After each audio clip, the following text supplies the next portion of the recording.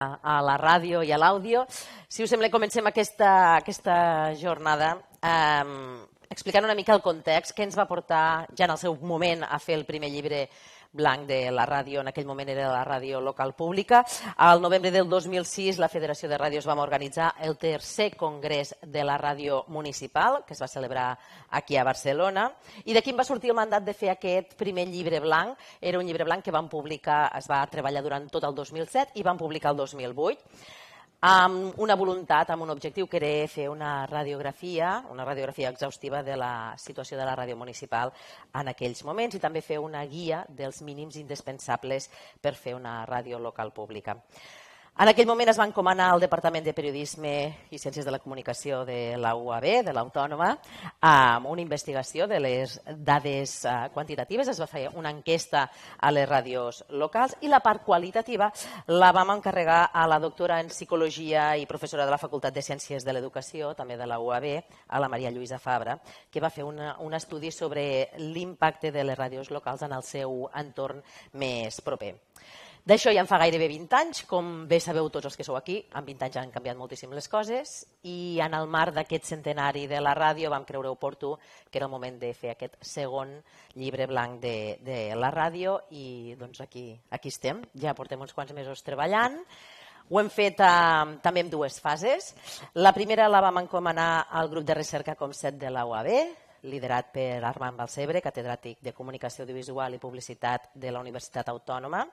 A través d'un cens vam acabar identificant que hi havia més de 150 emissores públiques i privades de proximitat i ens van fer una enquesta que tot seguit us explicarà molt més àmpliament i també vam fer una comparativa amb les dades que s'havia fet en el primer llibre blanc.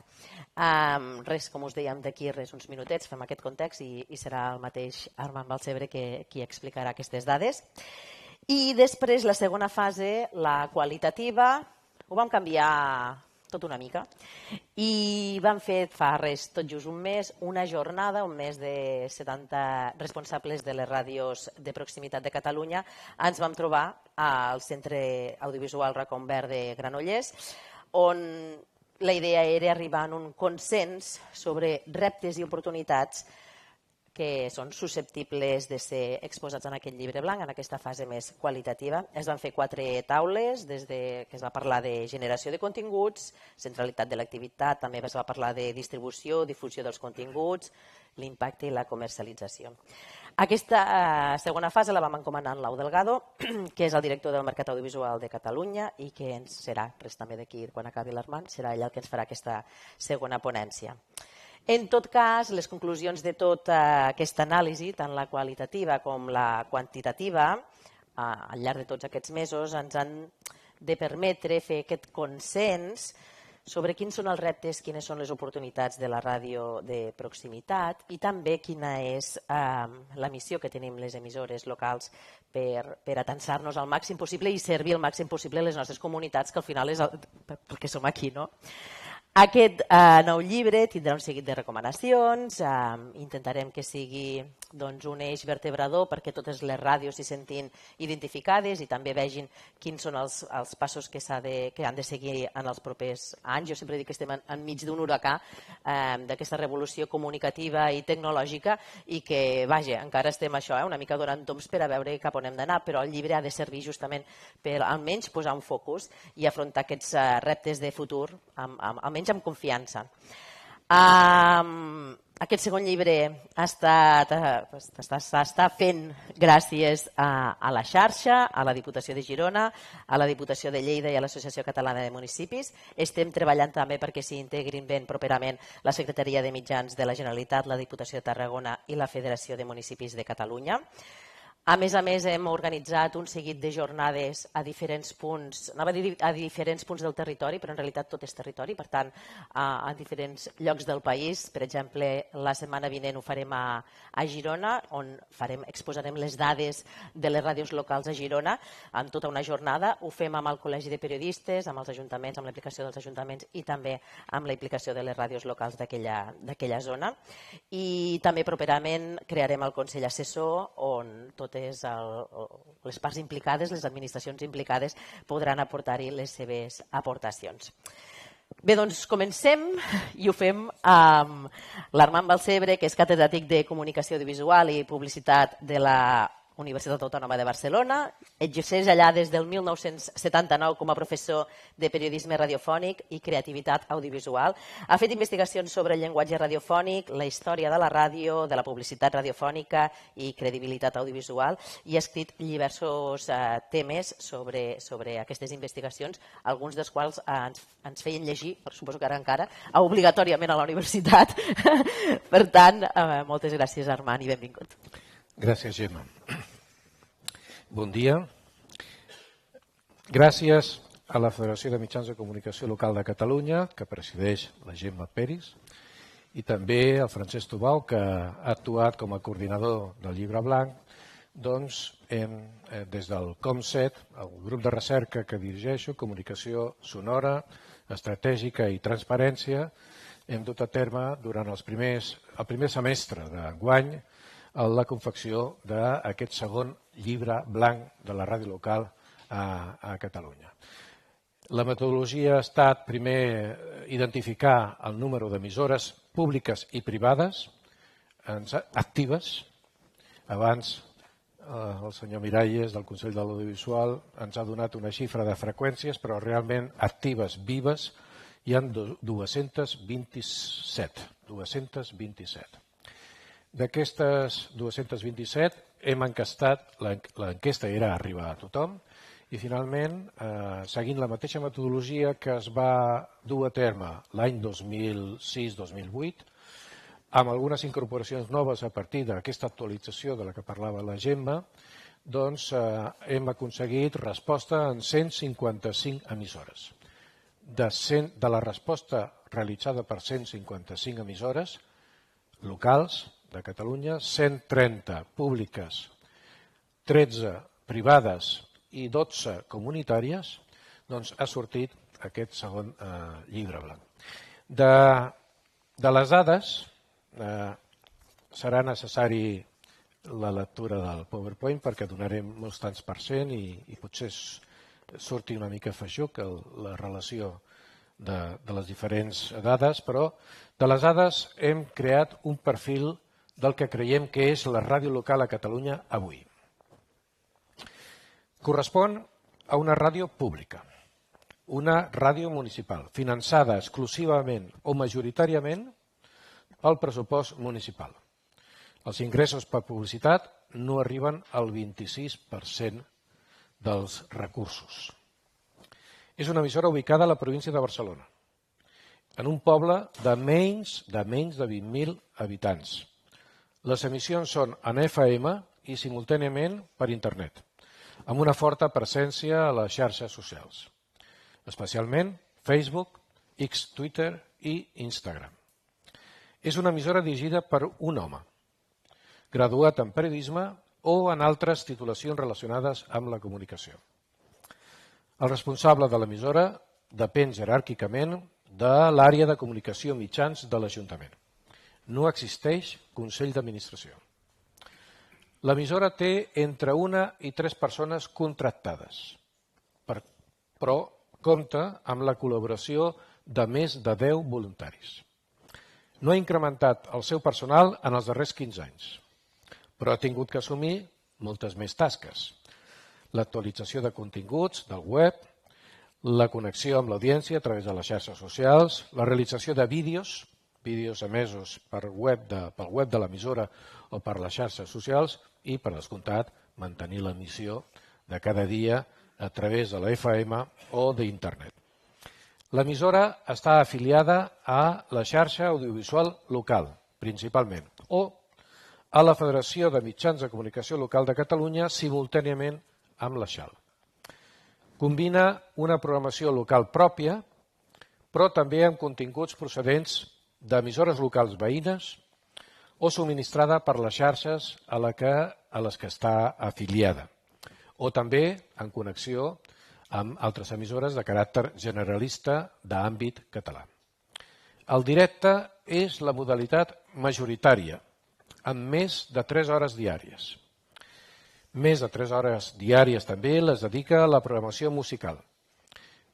Aquí hem de dir que més de 3 hores diàries pot significar 6, 7, 8 o 9 hores diàries de programació musical, incorporant, en la majoria dels casos, una playlist automatitzada. Emet menys d'una hora diària d'informació local pròpia. Disposa d'una redacció única o integrada.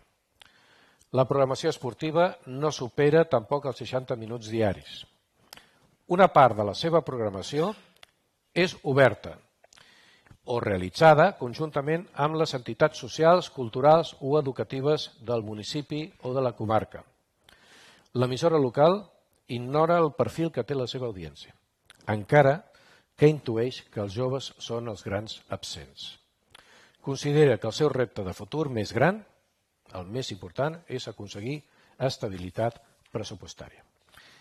I si us sembla, després d'aquest perfil que intenta fer un retrat robot del que és l'emissora local avui a Catalunya, anem a les dades concretes. El concepte de ràdio local a Catalunya descansa fonamentalment avui sobre les emissores municipals, la ràdio pública.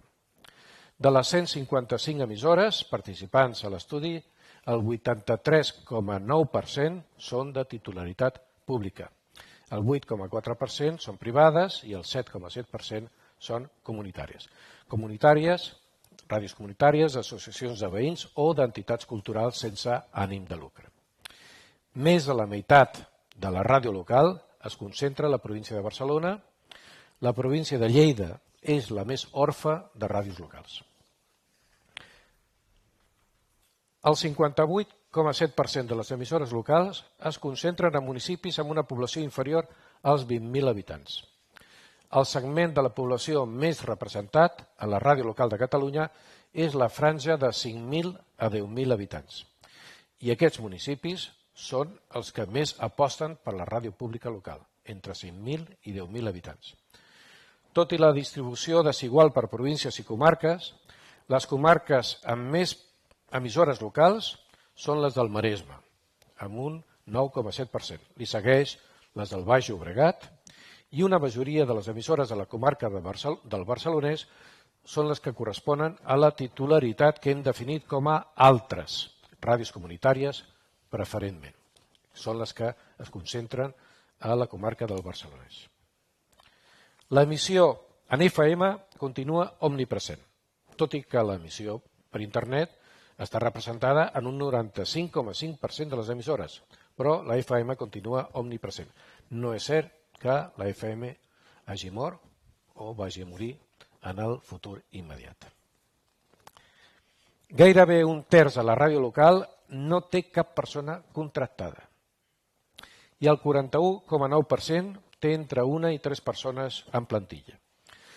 El percentatge d'emissores sense personal contractat ha augmentat del 21,7% en el 2008, en el llibre blanc en el primer, al 27,1%, 21,7%, 2008, 27,1% en el 2024, emissores sense cap personal contractat.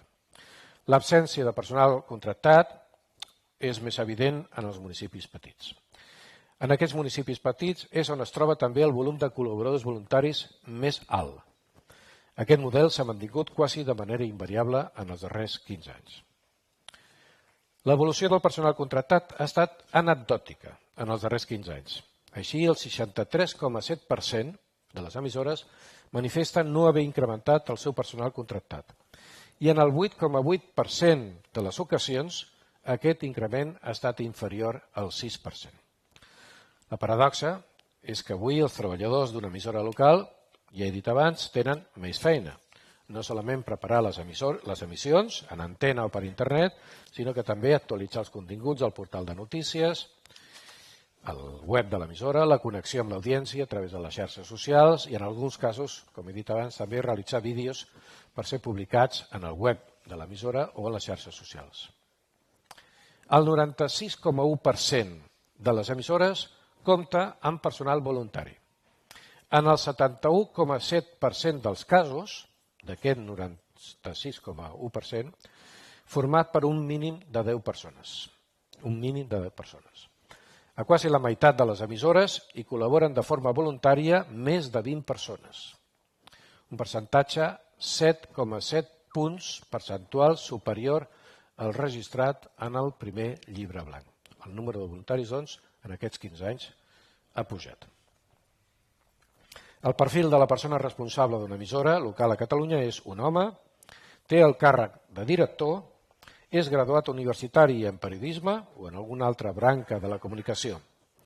En el cas de la ràdio pública, el director depèn jeràrquicament de l'àrea o regidoria de comunicació mitjans de l'Ajuntament i no ha de passar comptes davant els membres d'un Consell d'Administració perquè el 64,6% de la ràdio pública a Catalunya no disposa d'un Consell d'Administració. L'any 2008, això, de que no disposi de Consell d'Administració, només era el 50,5% dels casos. Ara, un 64,6%. En aquest sentit, fora del perfil majoritari, és significatiu que el 26,4% dels responsables d'una emissora local pública siguin directament càrrecs de l'Ajuntament. El 26,4% dels responsables d'una emissora local pública siguin directament càrrecs de l'Ajuntament. El 21,3% de les emissores locals no està afiliat a cap xarxa, federació o associació. De la resta d'emissores locals, l'afiliació més freqüent és a la xarxa audiovisual local, la XAL, seguida de l'afiliació simultània i compartida entre la Federació de Mitjans de Comunicació Locals de Catalunya i la xarxa audiovisual local, i també cal destacar l'afiliació única a la Federació de Mitjans de Comunicació Locals de Catalunya amb un 11%. Els continguts de caire local ocupen més del 75% de la programació a la meitat de les emissores. Només un 23,2% declara tenir una programació local al 100%. Per províncies, Girona és la demarcació amb més programació local pròpia.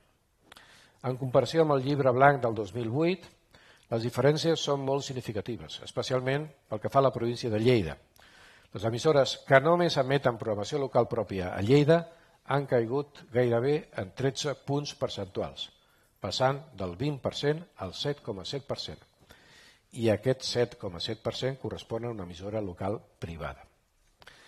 Exceptuant la província de Girona, la ràdio pública a Catalunya ha reduït significativament la presència de programació local pròpia. Només un 16,9% de les 130 emissores públiques de la mostra declara el 100% de la programació local pròpia. Només el 16,9% de les emissores públiques declara que tota la programació local pròpia està en aquestes emissores. En canvi, proporcionalment, la programació local pròpia està més present a la ràdio local privada. El 61% de les emissores locals privades afirmen que el 100% dels continguts que emeten són locals. Recordo que és un estudi basat en una enquesta. Possibles causes d'aquesta reducció de la programació local. Entenem que un és evident, la programació conjunta amb les xarxes, l'intercanvi de continguts que s'ha incrementat de manera notable amb altres emissores i la servitud d'algunes emissores als continguts musicals, la playlist. L'emissió en directe és la modalitat majoritària en dies feiners. En 61 de les 155 ràdios que conformen la mostra, amb més de 3 hores al dia de dilluns a divendres. Les ràdios locals segueixen apostant per les programacions en directe, tot i la incorporació d'altres modalitats com el podcast. Avui hem seguit escoltant abans, en la sessió anterior, com el directe defineix una part important del que és una emissora local. La música és la reina, no? L'estudi al detall de l'oferta programàtica evidencia que la música predomina en el conjunt de les ràdios locals, ja que en comparació amb altres continguts ocupa més de 3 hores diàries de dilluns a divendres, en el 53% de les emissores. La música adquireix més protagonisme si es té en compte que, malgrat que la radiofórmula musical no és considerada un objectiu preferent, 120 emissores incorporen playlists en la seva programació. 120 emissores de les 155. La informació local o informació de proximitat, que és un vaixell insígnia de la ràdio local, té una presència relativament discreta a la majoria de les emissores, ja que en un 42,6% ocupa de dilluns a divendres menys d'una hora al dia. D'altra banda, cal destacar que 18 emissores, 18 de les 155 analitzades, no ofereixen cap espai informatiu local. Durant els caps de setmana, el 45,8% de les emissores no emet cap informatiu local, quasi la meitat. Tot i aquesta presència discreta, la ràdio local pública avui incorpora a la seva programació més informació de proximitat que l'any 2008. 24% de la ràdio pública l'any 2008 informava durant més de 60 minuts diaris en dies feiners. Avui aquest percentatge és del 34,8%, és a dir, s'ha pujat. El contrast negatiu és el nombre d'emissores que no emeten cap informatiu els caps de setmana. Abans era un 11,8%, ara és el 38,7%. Malgrat trobar-los a gairebé totes les emissores, els continguts esportius no superen els 60 minuts al dia en el 50,3% de les emissores, mentre que ocupen entre 1 i 2 hores en un 18,8% dels casos. La presència de les entitats socials, culturals i educatives. Per nosaltres aquest és un dels detalls més significatius de la mostra de l'estudi que hem fet del segon llibre blanc. Ha experimentat un creixement de 20 punts percentuals en relació al llibre blanc del 2008. Més del 80% de les emissores de Catalunya a les 4 demarcacions provincials programen espais realitzats conjuntament amb les entitats del municipi, principalment en el sector públic. Paral·lelament, un 76,1% de les emissores destinen part de la seva programació als centres educatius del municipi o comarca. En dues qüestions creiem que representen una de les expressions més notòries de la funció de servei públic de la ràdio local, enfortint la seva vinculació amb la comunitat. El 61,9% de les emissores locals connecta amb altres emissores o cadenes de ràdio habitualment, especialment per emetre butlletins informatius. L'any 2008 era un percentatge semblant. Igualment, quasi el mateix percentatge d'emissores, aquest 62%, intercanvia continguts amb emissores locals properes. El 92,3% de les emissores disposa de pàgina web pròpia. Si ho veiem des de l'altre costat, diríem que quasi un 8% no disposa encara de pàgina web pròpia. I són presents també a les xarxes socials en un 91% dels casos. Quasi un 60% de les emissores compten personal que es dedica a crear i actualitzar els continguts digitals. Les plataformes més habituals per compartir continguts són, per aquest ordre, Facebook, X, Twitter i Instagram. El 60% del total de les ràdios locals genera vídeos per ser emesos per les xarxes socials o el lloc web de l'emissora preferentment. Un 67,8% de les emissores disposa d'una redacció única o integrada. L'any 2008, aquí hi ha un canvi substancial, aquest 68, quasi 68% només era un 30%. 30% de les emissores disposaven en aquell moment de redaccions úniques integrades. Les emissores a la província de Lleida han estat les més actives en la creació d'aquestes redaccions. Les emissores situades a municipis amb una població inferior a 10.000 habitants són les que tenen un nombre menor de redaccions úniques o integrades. Per què l'oient contacta amb la seva ràdio local? En primer lloc, per demanar qualsevol tipus d'informació. En segon lloc, per donar la seva opinió. En tercer lloc, per participar en concursos. I en quart lloc, per demanar una cançó, l'emissió d'una cançó. Les xarxes socials són el canal principal per establir aquest contacte. Els oients de la província de Girona són els que més fan servir aquest canal de contacte. Els oients a la província de Tarragona fan servir la trucada telefònica com a canal de contacte principal i a Lleida és el WhatsApp. Quasi la meitat de les emissores locals desconeix el perfil de la seva audiència. Les emissores de les províncies de Barcelona i Girona són en aquest sentit les més ignorants. Les emissores de Lleida i Tarragona són les que manifesten tenir un millor coneixement. Només el 54,2% de les emissores declara conèixer algunes característiques sociodemogràfiques bàsiques, com el sexe o l'edat de la seva audiència. Els radioients joves, els grans absents de la ràdio local.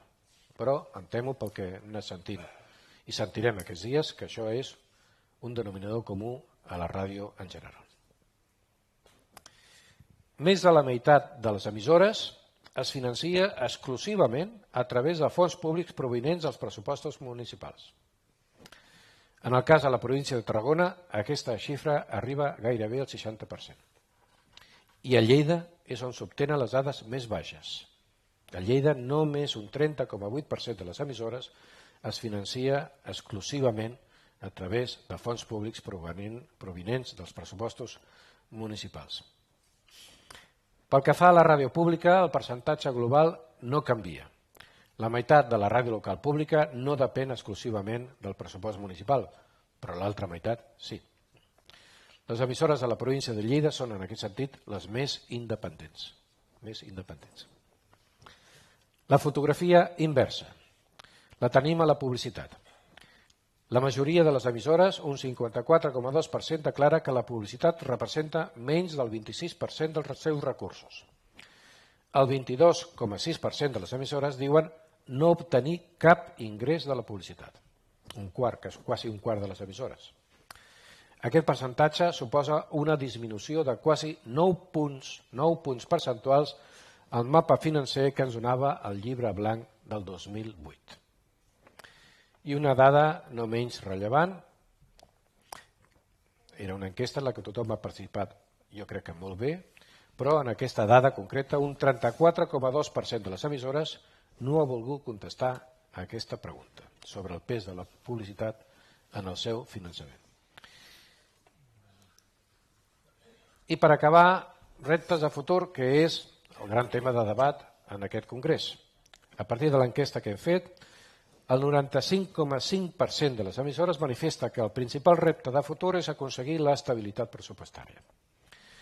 Uns altres reptes significatius són, ja a un percentatge ben llunyà, són fomentar la creació de continguts audiovisuals i transmèdia, l'actualització tecnològica, augmentar l'audiència, la necessitat d'aconseguir una millor professionalització de tot el personal implicat, molt difícil a vegades en aquestes emissores que depenen molt dels voluntaris, i, en un últim lloc, aconseguir una independència institucional més gran de la institució que està darrere de l'emissora, generalment l'Ajuntament.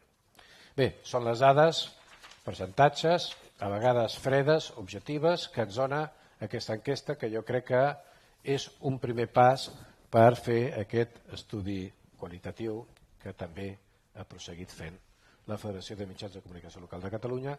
Agraeixo l'oportunitat que ens va donar el COMSET per fer aquest estudi i vull acabar que mentre jo estic aquí, uns companys meus estan a Toulouse en un congrés internacional sobre ràdio, també manifestant aquestes dades, invitats pel grup de recerca GREER, que ha volgut transmetre via SMS la seva felicitació perquè estiguem tots reunits intentant analitzar el present i el futur de la ràdio a Espanya. Moltes gràcies. Moltes gràcies, Armand. Aquesta era la primera fase que vam fer de llibre blanc. Com us dèiem en començar, hi ha aquesta altra segona fase que és més qualitativa. Ens vam reunir a l'espai audiovisual, al Centre Audiovisual Roca Umbert, per parlar una mica d'aquests reptes, d'aquestes oportunitats que tenim. En aquest cas és en Lau Delgado el que coordina tota aquesta segona fase. Ell és el director del Centre Audiovisual Roca Umbert i del Mercat Audiovisual de Catalunya. També és el director de Ràdio Granollers. És llicenciat en Humanitats i postgraduat en projectes de cooperació cultural internacional i en audiovisuals interactius. Ha dirigit i produït programes per la COM, per la SER, per el 3CAT, Ràdio Televisió Espanyola, La Xarxa, i la llista és llarga, però ens ho saltem, si no, no acabarem. Lau? Ha estat consultor de comunicació i també de cultura i també professor del grau de comunicació audiovisual de la Universitat Pompeu Fabra. Tot teu, Lau. Molt bé. Bé, primer gràcies per assistir en aquesta sessió i agraïments al Congrés Internacional de la Ràdio per convidar-nos i a la Federació per brindar-nos aquesta oportunitat per ser relators d'aquesta aproximació qualitativa del segon llibre blanc de la ràdio local a Catalunya. Parlo d'aproximació qualitativa perquè entenc que el procés que es va pactar amb la Federació no és un procés científic ni acadèmic pur, sinó que tenia per objectiu és posar un petit mirall a veure com els mateixos membres de la Federació, que són responsables d'emissores locals de proximitat de Catalunya, es veien a si mateixos i que entressin en un diàleg i sobretot que busquessin un consens, que bàsicament aquesta era la prioritat número 1 nostra. Per això vam proposar aquest tipus de metodologia com una font més per a aquesta aproximació del llibre blanc en l'àrea qualitativa, però entenc que n'hi poden haver moltes més. Passats una mica els preàmbuls d'aquesta part quantitativa que hem vist i que l'hem tingut en detall ara fa uns moments, nosaltres vam establir que el que podria ser oportú era dividir tots els presents en aquella sessió en 4 taules, com féssim 4 focus groups. Molts de vosaltres que sou aquí veu ser presents en aquella sessió. I el que vam fer és uns equips de treball per taules formats per entre 12 i 15 persones que vam demanar a la Federació que fes una selecció i que fes un equilibri de cada taula, és a dir, que hi haguessin diferents processos territorials, de dimensions dels mitjans de comunicació, de model d'aquells mitjans de comunicació, perquè fossin més o menys equilibrats. I en aquestes taules de treball els hi posàvem un relator que els ajudava a tenir un diàleg sobre l'aspecte monogràfic que tenia la taula, que ara en parlarem. A partir d'allà es mantenia un diàleg i d'aquell diàleg hi havia l'obligació d'extreure'n un consens. I el consens era un consens d'identificar reptes i oportunitats sobre aquella temàtica, que serien presentats en les altres taules.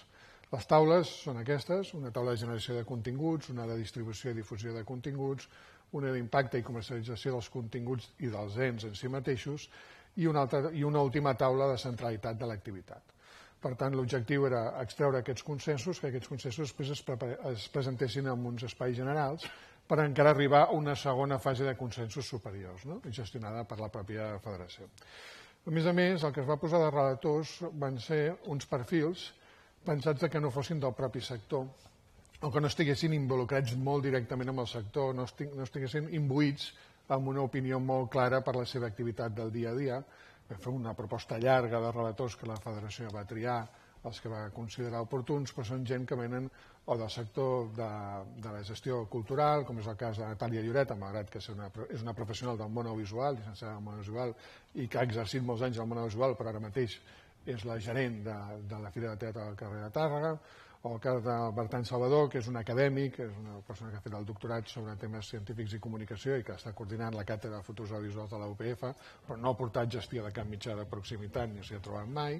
Humberto Salerno, que és potser la persona que tenia més proximitat amb el sector audiovisual, però s'ho mira més des d'una perspectiva de la informació econòmica i de les activitats vinculades al món de la publicitat i del branded content del podcast i del videopodcast, per tant, hi ha una aproximació molt determinada, no ha gestionat mai mitjans de comunicació de proximitat, i la Violeta Maragall, que és directora de projectes de l'Associació Cultural de Granollers, que és una macroestructura del Vallès que el que fa és dur a terme molts processos de gestió de gestió cultural dins del Vallès i més enllà.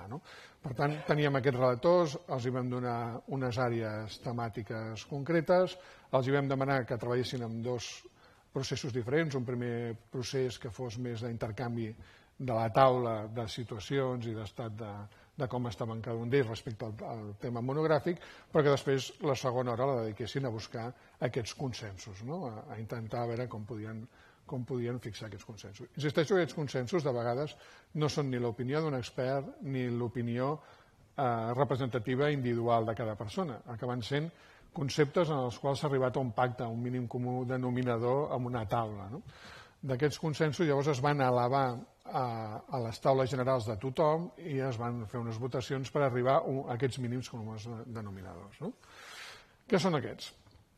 A la taula A, per entendre, la generació de continguts, amb la part d'oportunitats, hi havia aquests 4 conceptes que van ser els que es va arribar a un acord majoritari, que era considerada que el món de la comunicació de proximitat en respecte de la ràdio tenia aquestes petites oportunitats, o sigui, un espai de participació ciutadana, ho veiem com una oportunitat, la proximitat, lògicament, evidentment, la generació de continguts per a la ciutadania, és a dir, tenir aquesta premissa que no té altres mitjans, i curiosament va haver un consens com a oportunitat de l'ús de la intel·ligència artificial, perquè aquest és un tema que pot estar tant en una categoria d'oportunitat com pot de vegades estar en una categoria d'amenaça. Això també passa amb el tema de la digitalització integral, que de vegades també ens el trobem en els dos llocs. En tot cas, en aquell procés d'una taula i del conjunt de tots els participants es va arribar a aquest consens.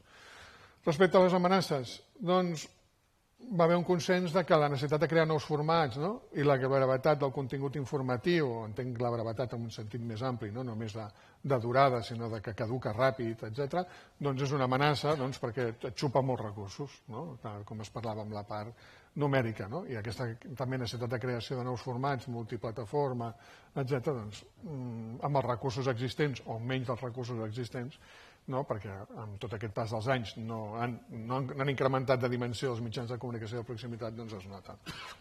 L'altra cosa que, per una banda, era una oportunitat, però també va sortir com una amenaça, és com treure-hi suc a la participació, a aquesta interacció amb el ciutadà. Es manifestava com una oportunitat i com una amenaça.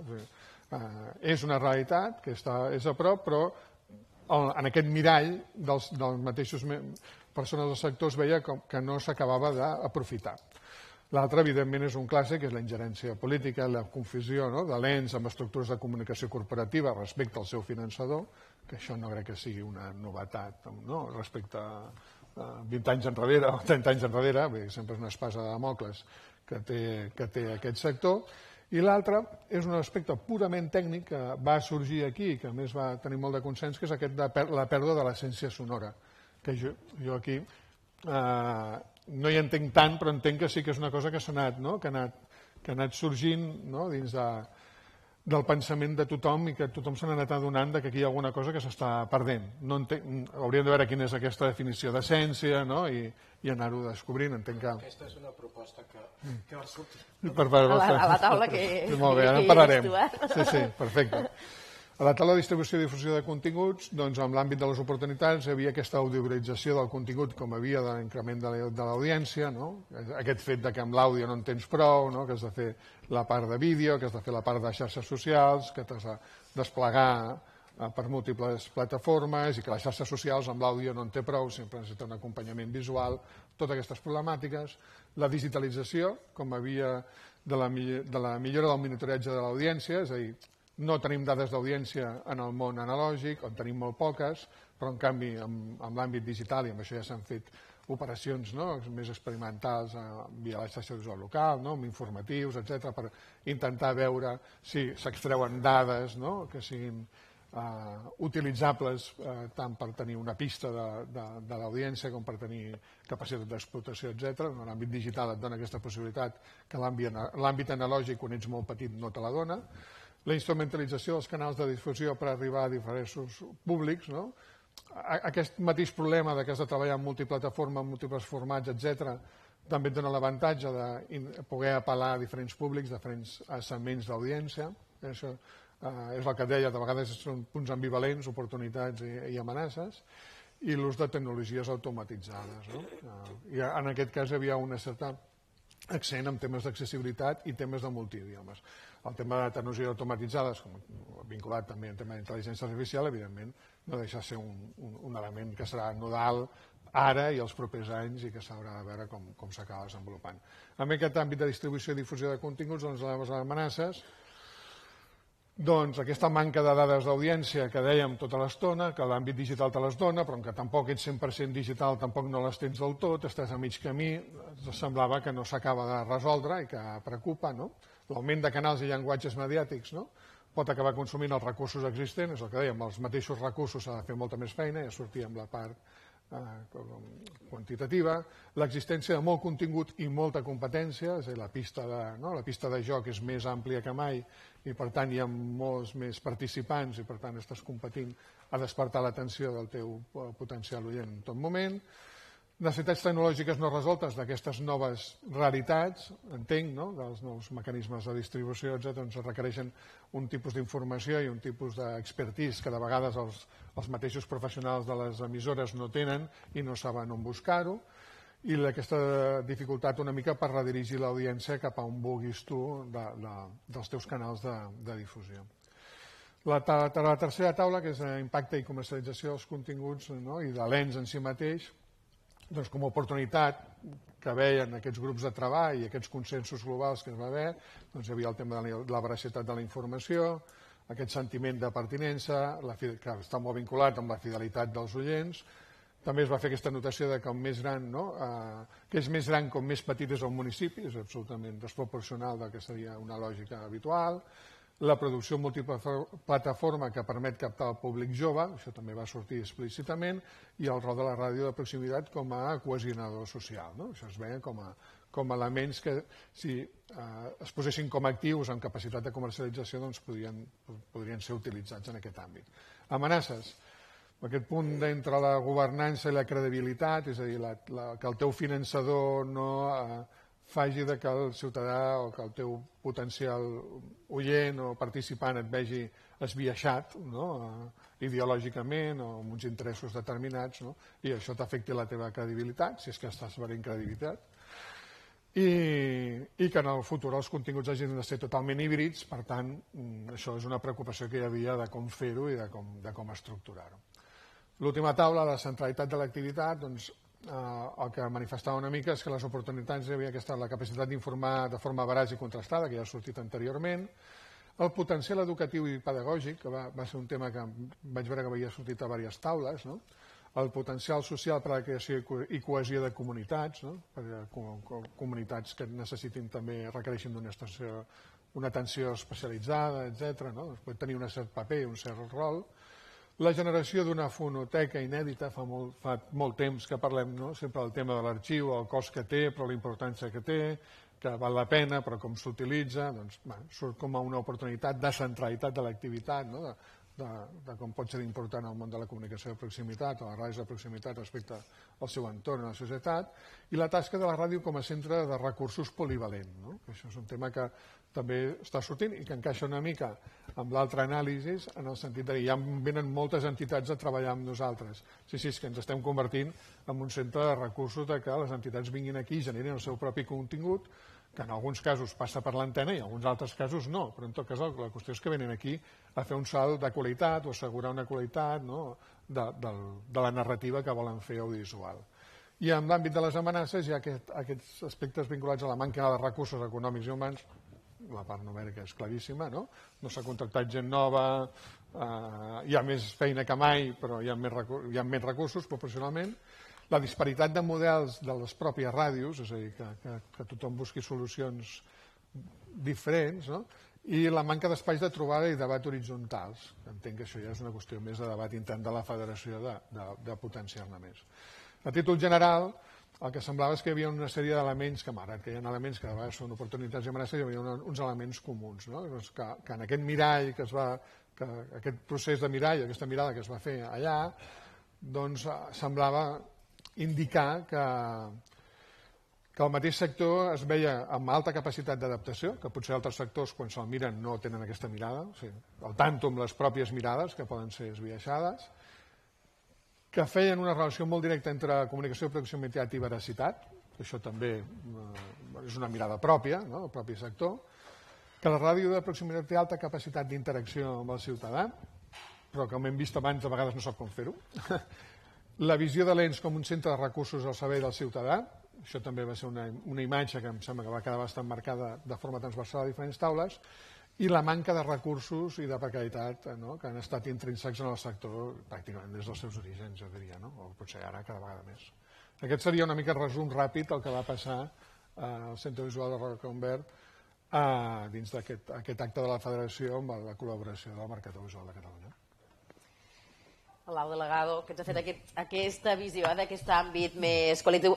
Em veig que ens queden molt pocs minuts perquè hi ha aquesta parada, però no sé si abans d'acabar algú té alguna pregunta que ara la podríem respondre en relació a totes aquestes dades que hem fet i que tenim. No? Perfecte. En tot cas, em sembla que sí que ha quedat palès i claríssim que tenim un país amb una diversitat enorme de ràdios de proximitat, en un gruix molt elevat entre això, entre els 10.000 i els 5.000, 10.000 habitants seria un dels gruixos. Penso que afegeixo ara res, només una pinzellada perquè ens quedi com a idea i que els dos d'una manera o d'una altra l'han dit.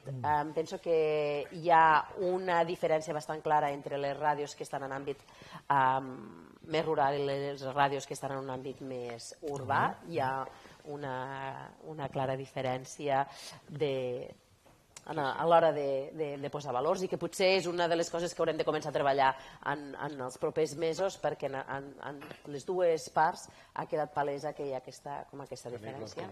A l'hora de fer un estudi final, segregar dins de la mostra a quines emissores pertanyen a un entorn rural, que entenem per entorn rural, perquè, clar, si fem servir les dades oficials, l'entorn rural és una població menor a un determinat número d'habitants, però després la densitat és molt important. I per tant, això. Si em permets, Gemma, només matisar el que deia abans el Lau sobre l'ESPER, l'essència sonora de la ràdio. Exacte. Això és perquè va sortir que una de les grans oportunitats que tenim a les emissores locals per captar el públic, sobretot més jove, és fabricar i transmetre vídeos a través del portal d'internet. Si anem visualitzant la nostra feina, que ha estat sempre una feina sonora, l'amenaça pot arribar a perdre la identitat sonora. És a dir, que ja es va començar fa molts anys retransmetent algunes emissores, posant una càmera a l'estudi de ràdio i allà estaven retransmetent el que era un programa de ràdio.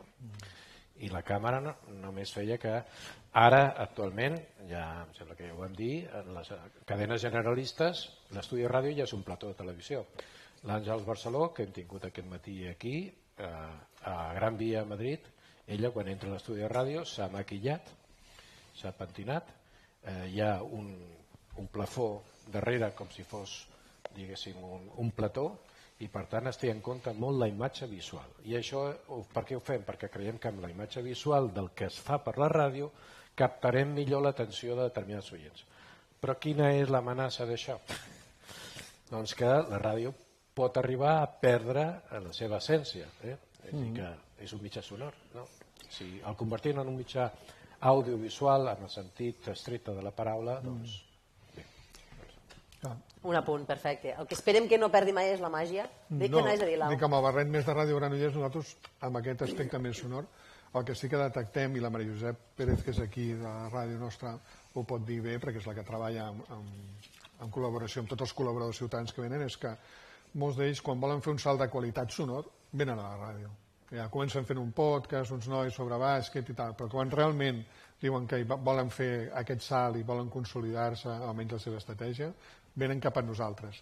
I moltes vegades només venen amb l'àmbit àudio, però tenen clar que hi ha una línia que poden millorar-la si venen cap a, entre cometes, la nostra concepció de recentes recursos. El que està clar és que quan intentem distribuir tota la nostra producció a través de les xarxes, l'algoritme ens diu, si feu vídeo, si feu imatge, tindreu molt més bona distribució, i això és el peix que es mossega la cua. Això està clar. Està claríssim. En tot cas, moltíssimes gràcies a Lau Delgado, moltíssimes gràcies a Armand Albacete per tota aquesta feinada que, com heu vist, hem resumit molt ràpidament, però ja heu vist que són mesos de molta feina, i el que deia, esperem que això, que almenys